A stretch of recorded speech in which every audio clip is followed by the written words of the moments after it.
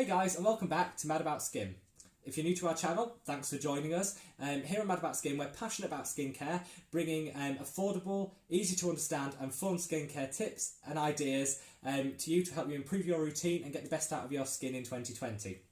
If you're one of our regular subscribers, thank you very much for your continued support. And in this video, we're going to be looking at SPF, what it is, what forms it comes in, and why it's so important to any skincare routine. So, sun factor protection, SPF. Ask any dermatologist, skincare specialist, and they will say first thing you need in your skincare routine is a broad spectrum SPF. It's essential because the sunlight and sun damage is one of the chief causes of aging in our skin, not to mention the impact of melanoma and other forms of cancer, which it can promote. So it's absolutely essential before you build any skincare regime is that you start with a broad spectrum SPF. Now, sun factor protection comes in two forms, chemical and mineral. Chemical sunscreen is a range of chemicals which sit on the skin, absorb in, and what they'll do is they'll absorb any UVA and UVB rays which hit the skin and react with them to prevent them doing any damage to the skin or the internal makeup of the cell structure. I'll put here a list of common chemical sunscreen ingredients so you know what to look out for.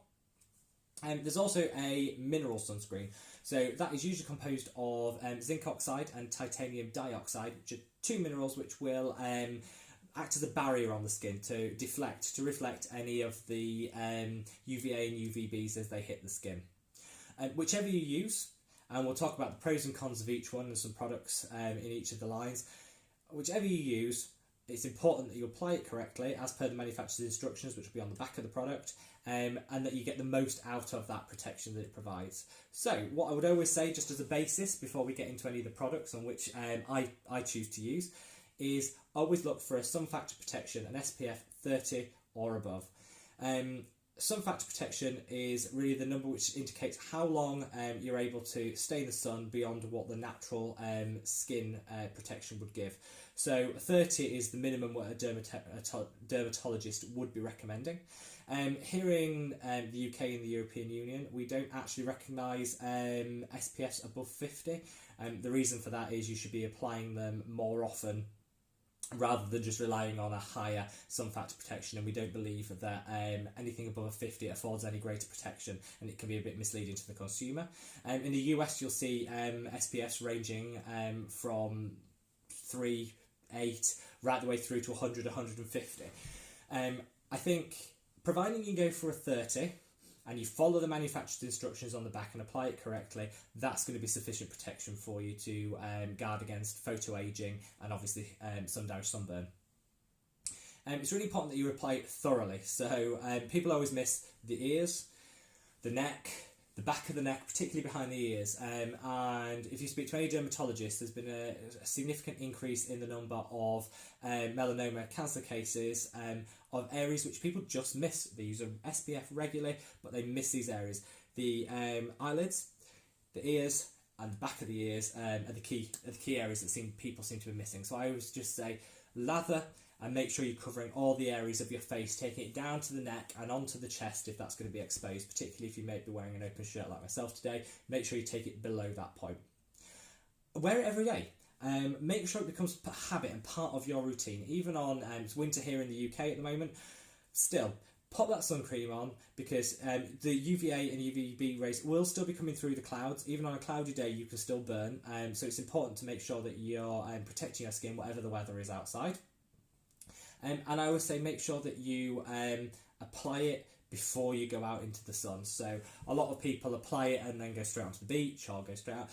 Apply it and give it particularly this is particularly crucial with a chemical sunscreen, that you give time for that product to absorb and to work with the skin to offer the protection that it's claiming to offer. If you go straight out after applying it, that first 20 to 30 minutes your skin is still going to be fairly vulnerable to damage. So make sure you apply it in good time. So chemical versus mineral sunscreen. I've used both. I do continue to use both. There's some pros and cons of each, which I'll go through. So, chemical sunscreen.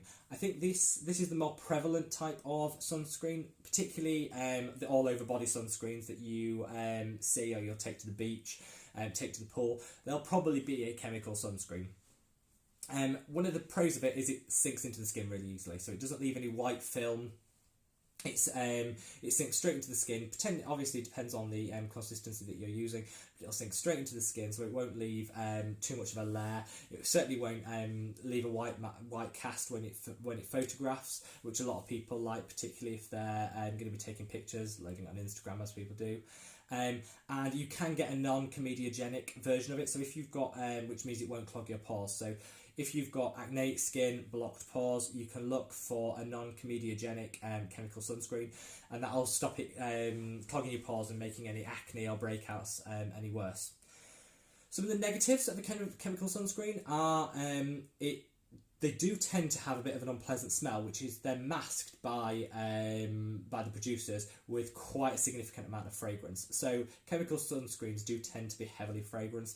I don't like fragrance in my skincare. I think it can react to the skin. I think it is it's more likely to increase sensitivity in the skin. I just don't think it's needed. But you will struggle to find an unfragranced chemical sunscreen. So that is something to be aware of. There are also some such studies out there which suggest that as it is absorbed into the skin and it can get into the bloodstream, that it can have an impact on some of the chemicals used can have an impact on the hormonal balance of the body. Again, that's one of those things that's being explored at the moment, but something to read upon and be aware of. Also, some of the chemicals do have a significant impact on marine life. So if you're wearing it at the beach, particularly around coral reef areas, it can have an impact. It gets into the oceans, gets into the water source, and it can have an impact on marine life. So that is something to be aware of. It's not always the most environmentally friendly form of sunscreen. Then we move on to mineral. So mineral sunscreen, which is titanium dioxide and zinc oxide based. I think some of the pros of that is it doesn't sink into the skin. So it sits there. It's not doing anything to change the chemical composition or going into the bloodstream. It sits on the skin. When you wash it off, it washes off. So a lot of people like it for that, if they're a little bit more conscious about some of the chemicals that are used in chemical sunscreens. It tends not to be as heavily fragranced because the smell of the ingredients tends not to be quite as unpalatable as in chemical sunscreens, so I think that's good. Some of the drawbacks is it will leave a white cast. So both of the common ingredients in them are white minerals. It will leave a white cast, particularly in photographs with a flash, which some people don't like. Others it doesn't bother, and it can clog the skin. So it's more likely to clog the pores, especially if you're prone to clogged pores or acneic skin. So that's something to bear in mind.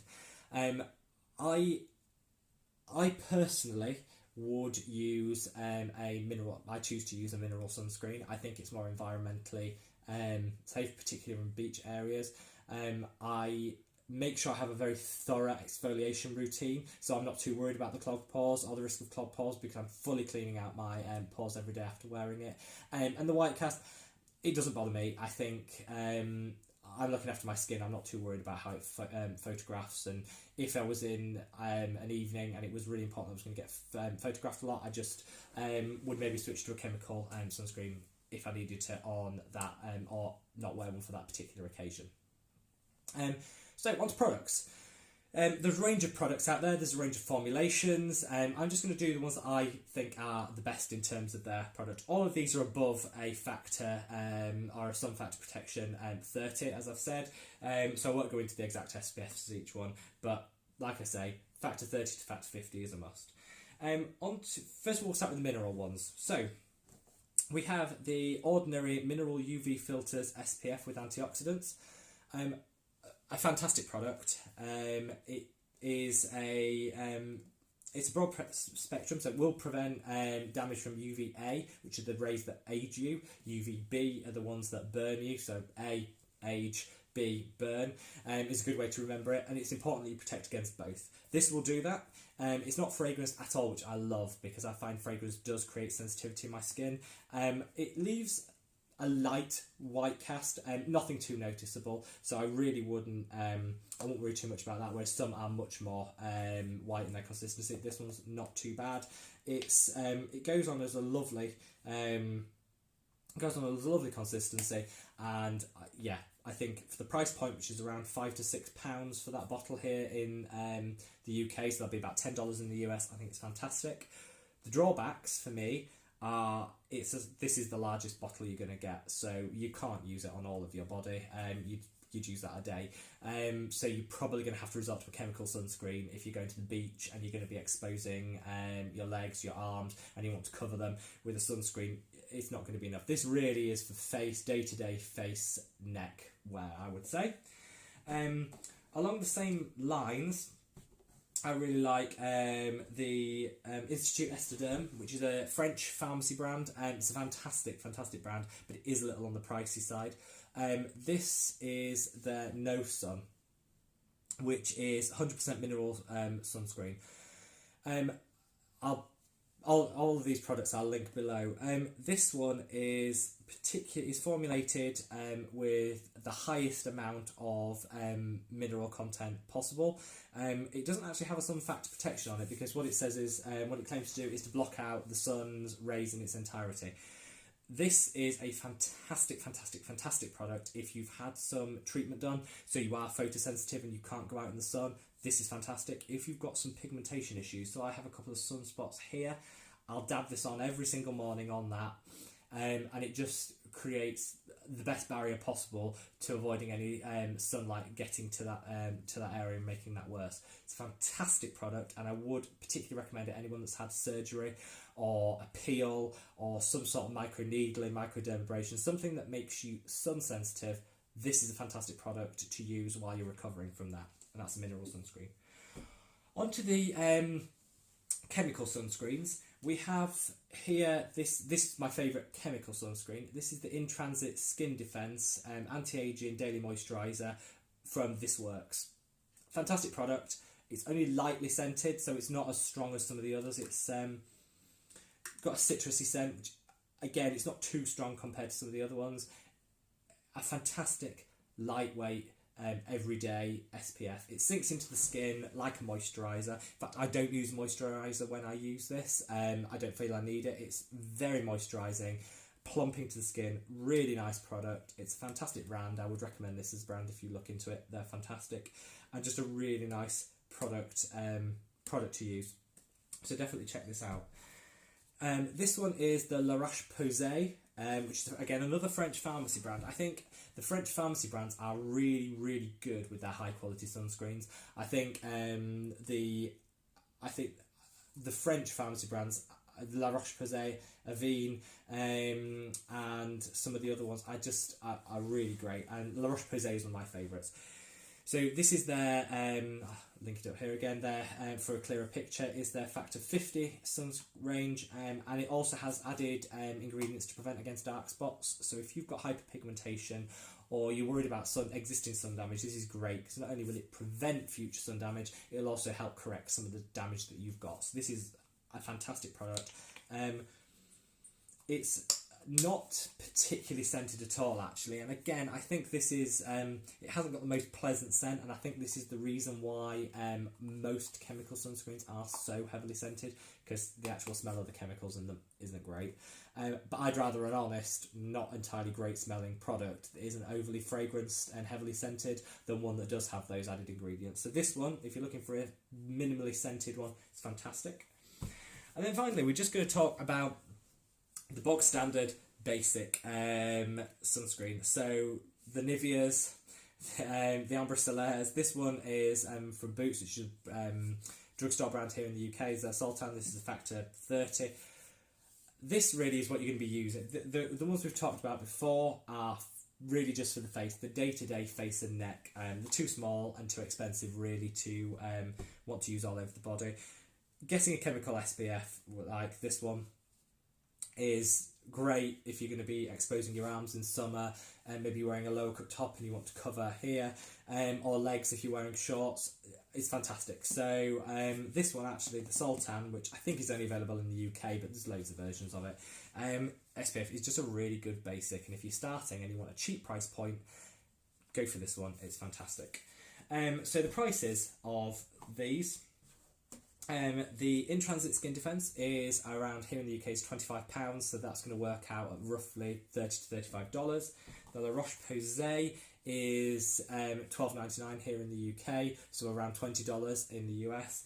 The Sultan Nivea, most of these sorts of sun protection are going to be around the £10 mark, the $15 mark. One thing I haven't got here, we've talked about lotions. These are all lotions and light moisturiser formulations. You can also get a sunscreen in what we call a water formulation. Cooler is a really big brand in the US that does that. It's a water-based spray. I don't personally like to use some sprays. I think you're spraying and you're not sure where that mist is going. I like to be able to use a cream that I can see, so I know how much I'm putting on and I know where I'm applying it. But if you do want super lightweight, the Cooler is a fantastic product. There's also some powders as well. So this is quite a new innovation. It's sunscreen, mineral sunscreen powders. Peace Thomas Roth does a fantastic mineral sunscreen powder, which a lot of people I have seen use it as their setting powder for their makeup. So put the full face on and then cover it with a setting powder. It's really good if you want to reapply during the day, because it's quite mattifying. So if you want to blot with it and just add extra protection on during the day, that's fantastic. I haven't got it. It's quite hard to get here in the UK, but I will put a link to it down below and an image of it here so you know which one it is. But it is a fantastic product, and I would recommend that. Really, whatever sunscreen you're going to be using, choose the one that works for you and apply it religiously. I know there's concerns, and I've gone through around the impact of some of the chemicals in chemical sunscreens. If you're worried about that, don't just stop using your sunscreen. I've seen some horror stories of people, it makes me feel sick, that people just say, oh, I've stopped using it because of this. Switch to a mineral sunscreen, which avoids that. If you're happy to continue using the chemical sunscreen and you want that lightweight, easy to absorb product, continue to use it. The main thing is you religiously use one that is SPF, factor 30 or higher, and you add it to get into the habit of using it every single day in your skincare routine. Right. Well, I hope that helps, guys. If you've got any questions, pop them in the description bar below. If you, in the comments section, below. If you want to share with me what skincare, which SPF products you use, that'd be great. This isn't an extensive list of products. There's some other great ones out there, so let me know which ones you like and which ones you enjoy. And I hope to see you on the next video. Really helps us if you subscribe to our channel if you're not already. Thumbs up. Which helps us to grow our channel, as we're now posting daily, so we don't want you to miss any of the videos. So subscribe, ring the bell, give it a thumbs up, and I'll see you in the next video, guys. Take care, bye.